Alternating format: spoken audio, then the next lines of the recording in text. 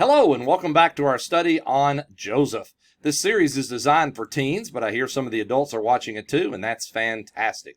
Do you remember where we were last week in Genesis 41? Remember, we've been following Joseph from 17 to 30, are the events that have happened so far. Sold off by his brothers, had a good job, gets lied about, gets thrown in prison, thinks he has influenced some people, and they forget about him.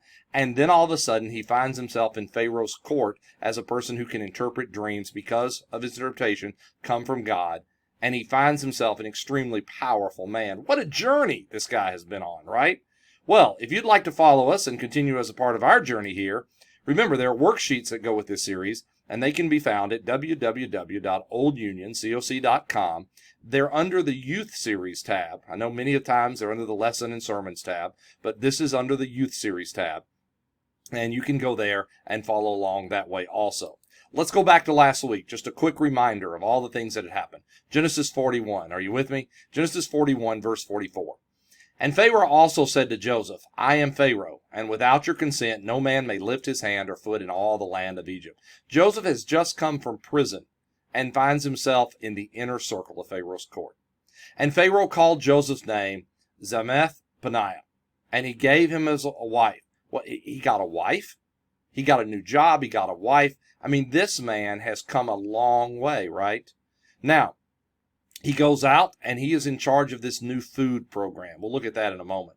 Look at verse 46. Joseph was 30 years old. 13 years. 13 years since his brothers sold him into slavery. He has a whole new life. You know, I would say a lot of us from 17 to 30, we learned a lot. We may have even made some mistakes along the way. And those of you who are youth listening to this, you may too. That is part of learning and growing. Now, hopefully you won't make the mistakes that some have made, but you will make probably your own. Hopefully you will think and maybe not make some common mistakes in that time period. But all of a sudden, Joseph finds himself with what maybe some people would see as the perfect life all of a sudden. He's got a great job. He's got a wife. And yes, he's even going to have kids. Now, in the 7 plentiful years of the ground brought forth abundantly. Remember the dream? For 7 years, they were going to have so much grain they didn't know what to do. So they're going to store this extra grain for the rough times. One of the lessons you can learn from 17 to 30 is have a savings account. I think a lot of people, whether it be the financial crisis of 2008 or whether it be COVID, have learned that having some savings may be a blessing, right? There are good times and there can be and are usually lean times. And so they gather this, they can't even count it. There's so much. They're just so blessed during those 7 years. In this time, Joseph has 2 sons. And I want to remind you of how he named them. Remember, names in the Bible are very important and very significant. So, here we go. With this lady, his wife, he has a firstborn, Manasseh. We're in verse 51, which means, for God has made me forget all my toil and all my father's house. Now, I think there's some sadness there. I think he's also saying, I have moved on. You know, the things that happened to me there, those were 13 years ago, and I'm going to move on. He has no idea what has happened in those 13 years. He has no idea if his father is still alive or what's going on, but he's moved on with his life. You know, I wonder if sometimes we hold on to things way too long. And the name of the second he called Ephraim, for God has caused me to be fruitful in the land of my affliction. Don't you love that? Joseph names his children the lessons that he has learned.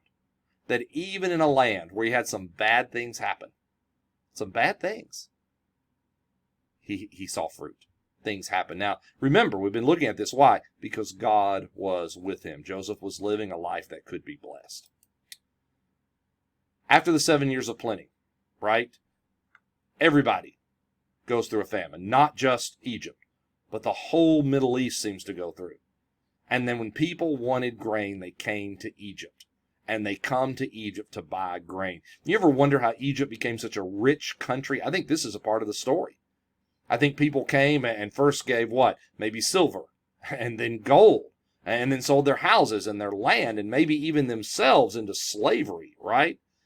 just to eat. And so Egypt becomes an extremely rich land because they were what? They were prepared for this time period. Well, that's where we pick it up in Genesis 42. The famine is not just in Egypt, but it has reached the areas where his brothers live. Will you join me in the story today? Genesis 42, beginning verse 1.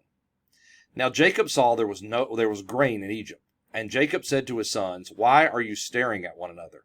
And he said, "Behold, I have heard that there is grain in Egypt. Go down and buy some for us from that place, so that we may live and not die." Then 10 brothers of Joseph went down to buy grain from Egypt. So they had learned there was grain. It was in Egypt. And their dad says, "Why are you standing around staring? Let's do something about this. Let's go buy some grain." And so they head to Egypt. Little do they know who they're about to run into. So they're headed to Egypt. Remember, that would have been a strange land for them. It would have been quite a journey for them to do that. 10 of them, they're traveling as a group for safety and protection, right? And their dad says, "Go get us some food." Instead of sitting around here and complaining, let's do something about this.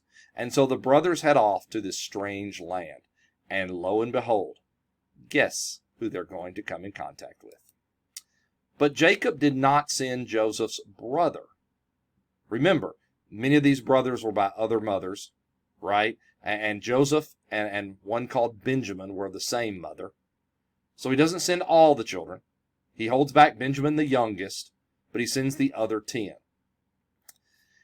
But Jacob did not send Joseph's brother Benjamin with his brothers, for he said, "Lest some calamity befall him." He's too young. He doesn't need to go. And remember, he's got to be thinking, the last time I sent one of my youngest children out, he didn't come back. And the sons of Israel went to buy grain among those who journeyed, for the famine was in the land of Canaan.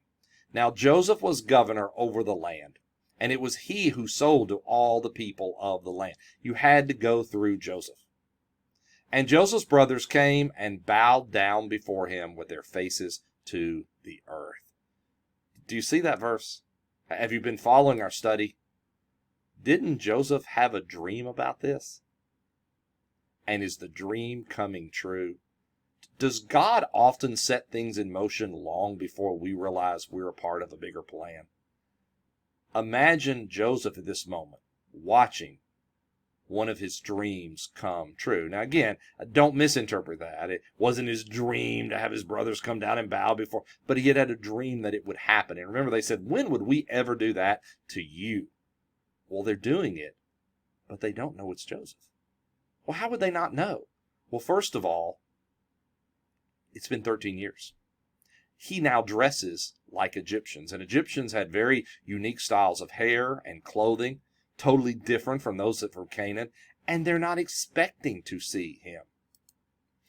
Joseph saw his brothers and recognized them, but he acted as a stranger to them and spoke roughly to them. Then he said to them, "Where do you come from?" And they said, "From the land of Canaan to buy food." Now remember, they're already nervous. They're in a foreign land, and now the person they're buying from seems to be a little bit grouchy, right? So Joseph, I can't read, I'll try that again. So Joseph recognized his brothers, but they didn't recognize him. Then Joseph remembered the dreams which he had dreamed. It's coming true. And he said to them, "You are spies. You have come to see the nakedness of the land. You come from Canaan to see if Egypt is in trouble, and then you're going to go back and report, and you're trying to see if we could be conquered. We don't think you're here for good pretenses." That's what he says here, right? Well, now remember, these guys are new. This is all new to them. Have they breached some etiquette? Have they crossed some cultural line they didn't know? Why is this man being so harsh to them? Remember, I think Joseph is trying to throw them off a little bit so they don't recognize him at this point. And they said to him, "No, my lord, but your servants have come to buy food. We're only here for food. We are all one man's son. We are honest men." I'm just going to pause at that. We are honest men. Do you remember the story? Did you remember they bring the coat back and they say, "Do you recognize this coat?" And the father makes up this story and they just let him believe that. And he's believed that for 13 years that his son was killed by a wild animal. "Your servants are not spies." But he said to them, "No, but you've come to see the nakedness of the land." Nope, I don't believe it. I don't believe it. Remember, way back in Genesis, way back in Genesis. God had said that things would be coming that would be different with the children of Israel. I just want to visit Genesis 15 for a moment. We'll get right back to the story. But when God talks to Abram, he tells him about this time. And God said to Abram, know for certain that your descendants will be strangers in a land that is not theirs. And they will be enslaved and oppressed 400 years. We're setting that story up in Joseph. The children of Israel will be slaves for 400 years. You've been quarantined or been at home for maybe 2 months, right? But they are going to be away from their homeland for generations. But I will also judge the nation whom they serve, and afterward they will come out with many possessions. But God's letting them know after 400 years they will be rescued. That's another story for another time. That's when we begin to study the man named Moses. We'll look at that sometime, okay? And as for you, shall go to your fathers in peace. You shall be buried at a good old age. Then in the 4th generation they will return here, for the iniquity of the Amorite is not yet complete. Now there's a little bit there that I don't want to get into, but what I want you to know is Abram is told way back in Genesis that there's a time that they're going to leave Canaan.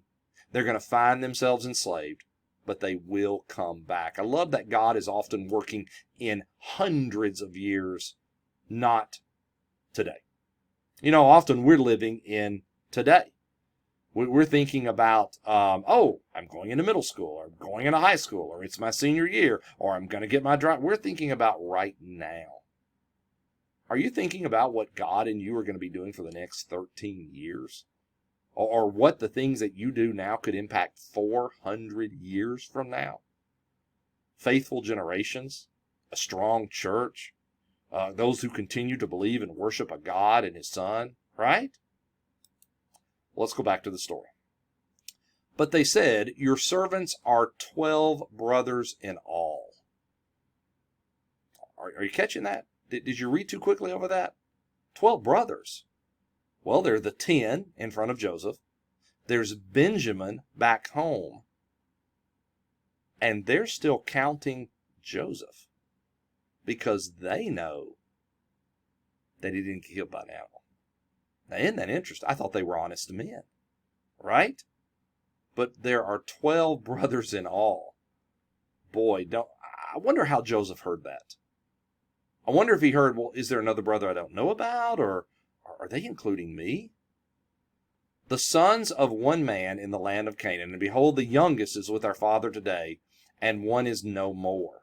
So they're going to tell the story, right? They've bought into the story. Well, there's one back home, sir. He's the youngest.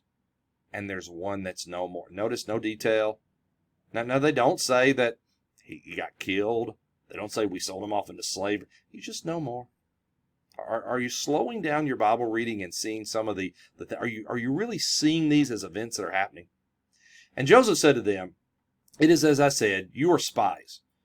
By this you will be tested by the life of Pharaoh. You shall not go from this place unless your youngest brother comes here. Joseph wants to see his youngest brother. And he says, here's the deal. You can't go back unless you bring your youngest brother here. Joseph wants to see Benjamin.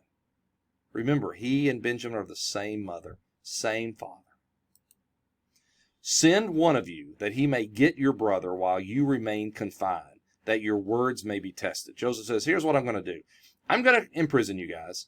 You send one brother back, make him bring Benjamin down, and I'm going to see if all these things you're telling me are true. Whether there is truth in you. But if not, by the life of Pharaoh, surely you're spies. So this is how I'm going to decide whether you're a spy or not. So we put them all together in prison for 3 days. 3 days is often common in the Bible that people are subjected to a time to think. We think of Jonah.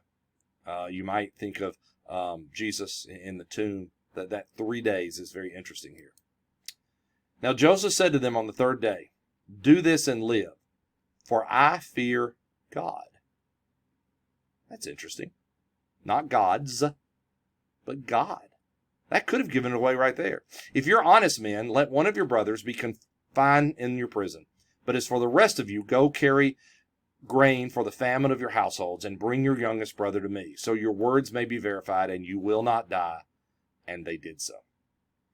So Joseph changes it a little bit. He says, okay, I'll tell you what I'll do instead. One of you stay here in prison. The other 9 go back. And then you bring the other brother here. Now, I want to know that conversation. How about you? There are 10 of us in a room. And one of us is going to stay here in a prison in Egypt. And the other 9 are going to go home. They're going to go home with the grain. Now remember, these 10 have already seen what happens sometime when a brother is left behind. Did you ever put that together? It's these 10 that sold Joseph off and forgot about him. So what's to say these 9 won't go home and say, well, Dad, he just didn't make it. So there's the picture. There's the picture. Brothers, separated, and about to be separated literally. So they have to bring the younger brother back. Then they said to one another, truly we are guilty concerning our brother, because we saw the distress of his soul when he pleaded with us, yet did not listen. Therefore his distress has come upon us. Do you hear what they're saying? You know why we're in prison? We're in prison because of Joseph. We're in prison because we did something bad and it's come back to get us. You know, sometimes you hear people talk about karma, right? That's not really a biblical concept. They're in prison because Joseph is testing them. That God isn't punishing them because of something they have done. Now, Reuben is going to step up. Do you remember Reuben earlier in the story? He was going to save Joseph from the pit, take him back, and get back in with the dad, right? And Reuben answered and said, saying, did I not tell you, do not sin against him? Do you remember Reuben's like, I told you guys not to be doing this. Remember, Reuben had even gone back to look in the pit, and he was gone. Do not sin against the boy, and you would not listen. Reuben's starting to point. Here they are in prison, and they're starting to point fingers at each other. Now comes the right. This is all happening because what? Because of what we did to Joseph. Here's what I want you to picture. Joseph can understand what they're saying. Yes, he's an Egyptian, but he speaks Hebrew. They don't know that. He's been speaking through an interpreter. How did Joseph hear that part of the story? That they still talk about it. They did not know, however, that Joseph understood, for there was an interpreter between them. And he turned away from them and wept. Wow. Joseph heard everything from their mouth. He heard that Reuben may have been coming back to save him. He heard that they were fighting. They heard that they understood that they were guilty. But when he returned to them and spoke to them, he took Simeon from them and bound him before their eyes. So he doesn't take Reuben, he takes Simeon. Then Joseph gave orders to fill their bags with grain and restore every man's money in his sack. Now this was an odd order. Give them grain, he told his servants, but put their money back in their sack. Don't take their money, but hide it in there. And give them provisions for the journey, and give them food so they can make it home. And thus it was done for them. So they loaded their donkeys with the grain and departed from there. So they got out of there, leaving a brother behind. And as one of them opened his sack to give his donkey fodder at the lodging place, he saw his money. Have any of you left a store and realized you were given too much change?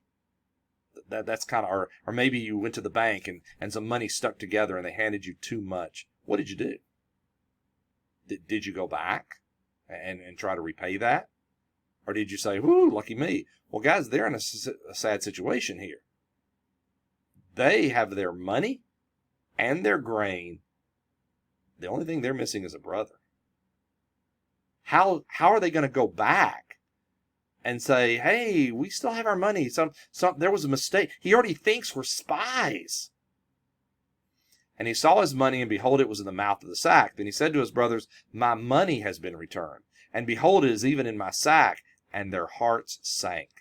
And they turned trembling to one another, saying, what is this that God has done to us? Isn't that interesting? We often blame God. We often assume God is doing something to us. Guys, this is of Joseph to test his brothers. Now, God is with Joseph. God has prospered Joseph. But we often, instead of thinking about what did I do, or maybe there's a blessing in this, or there will be a blessing in this, we blame God. Well, why isn't God letting me have the same high school journey that someone else is having? Or why is God making my middle school years so hard? Or why is my body changing? Or why don't I seem to have any friends? Or why am I not as athletic or smart? Or, I mean, guys, those are not things. Those are things that the devil is telling you to make you think you're not important. Those are not of God. The brothers again must now go home and tell their dad that they've arrived less one son. Have you thought about what that looked like? They have to go back to their dad Jacob. 10 left, 9 came home. What's the story this time? And they have their grain, and they have their money. And that mean old guy down in Egypt thinks we're spies. What does this look like? I would love to have seen this scene. Now it came about as they were emptying their sacks that, behold, every man's bundle of money was in his sack. And when they and their father saw their bundles of money, they were dismayed. This was surprising. Imagine you went to the grocery store, you bought your groceries, you paid in cash, you got home, you dumped out your groceries, and there were your groceries, and there was the money you'd paid with. And you're like, oh no, there's been a mistake. How did that get back in the sack, right? And their father Jacob said to them, you have bereaved me of my children. Joseph is no more. Wow. I wonder how often Jacob mentioned Joseph's name. And the brothers had to kind of look at each other or not look at each other. You have bereaved me of my children. Joseph is no more, and Simeon is no more. And you would take Benjamin? All these things are against me. But Dad, we've got to go back, right? That was the orders for us to get Simeon. We've got to take Benjamin. Think about their track record as brothers. It's not real good. They often leave and come back with less brothers. Then Reuben, oh, there he is again, that older brother, right? Going to save the day, going to get in good with Dad. Then Reuben spoke to his father, saying, you may put my 2 sons to death if I do not bring him back to you. Wow, this is quite the change for Reuben. Earlier in the story, Reuben gets into a lot of trouble. We didn't go into all that story, but I'm just going to let you know he got in a lot of trouble with his father. And he's now trying to be good again. He tried to remember to save Joseph, and that didn't work. And now he's blaming his brothers down in the prison. And now he's back and he's saying, here's the deal, Dad. I'll tell you what, if I don't come back, you can kill 2 of my... I mean, he's trying to step up, right? Notice, I don't know how his sons felt about this. You may put my 2 sons to death if I do not bring him back to you. Put him in my care, and I'll return him to you. But Jacob said, my son shall not go down with you, for his brother is dead. Notice, no correction. None of the brothers say, well, actually, Dad, he's probably not dead. We kind of sold him up, right? No. And he is alone is left. If harm should befall him on the journey, what are you taking? Then you will bring my gray hair down to Sheol in sorrow. He says, it'll kill me. It'll kill his mother, right? I mean, these are the only 2 children. One of them got eaten by a wild animal, and now you want to take the other one to Egypt, and we've already seen there's some problems. No, I'm not going to let him go. So what do the brothers do? Do they say, well, we've lost one brother already, Joseph, and I guess we've lost Simeon too? Well, that's where we're going to leave the story. Now, I know that's an odd place to end this story. I know some of you are going to want to go ahead and read ahead. Well, that'd be great. That's fantastic. But I kind of want to leave a little bit of an element of surprise this week. I want us to kind of pick it back up there when we've joined the next part of this series. So what do we need to get out of today? Well, let's think for just a moment. First of all, is God always to blame? Second of all, is God really punishing you for something you did in your past? Not necessarily. Now, don't mishear that. There are consequences, all right? There are consequences to actions we make. There are things that we do that yes, sometimes do follow us throughout a part or all of our life. And what about it? Why have none of the brothers stepped up and told Dad after 13 years what really happened? Right? That Joseph isn't dead. And what about a group of brothers who are willing to let another one go? Or are they? Is Reuben really stepping up here? Are we seeing a change of heart? You know, a lot's happened in this family in 13 years. we have stayed with Joseph during that time period, right? I mean, a lot happened with Joseph. Slavery, servanthood, prison, and now governor? Wow. I wonder what had happened between these brothers. I wonder the stories that involved in their lives. But I don't know. The Bible doesn't tell us all those things. So I'll leave it here this week. Are they going to get to go back? Is Jacob, the dad, going to let them take Benjamin? If he doesn't come back, are Reuben's sons done for? Yeah, a little bit of cliffhanger this week. I thought that might be good. We'll premiere the next lesson in just a few days. Thank you for studying with us today, and I look forward to seeing you next time soon. God bless you guys, and have a great, great week.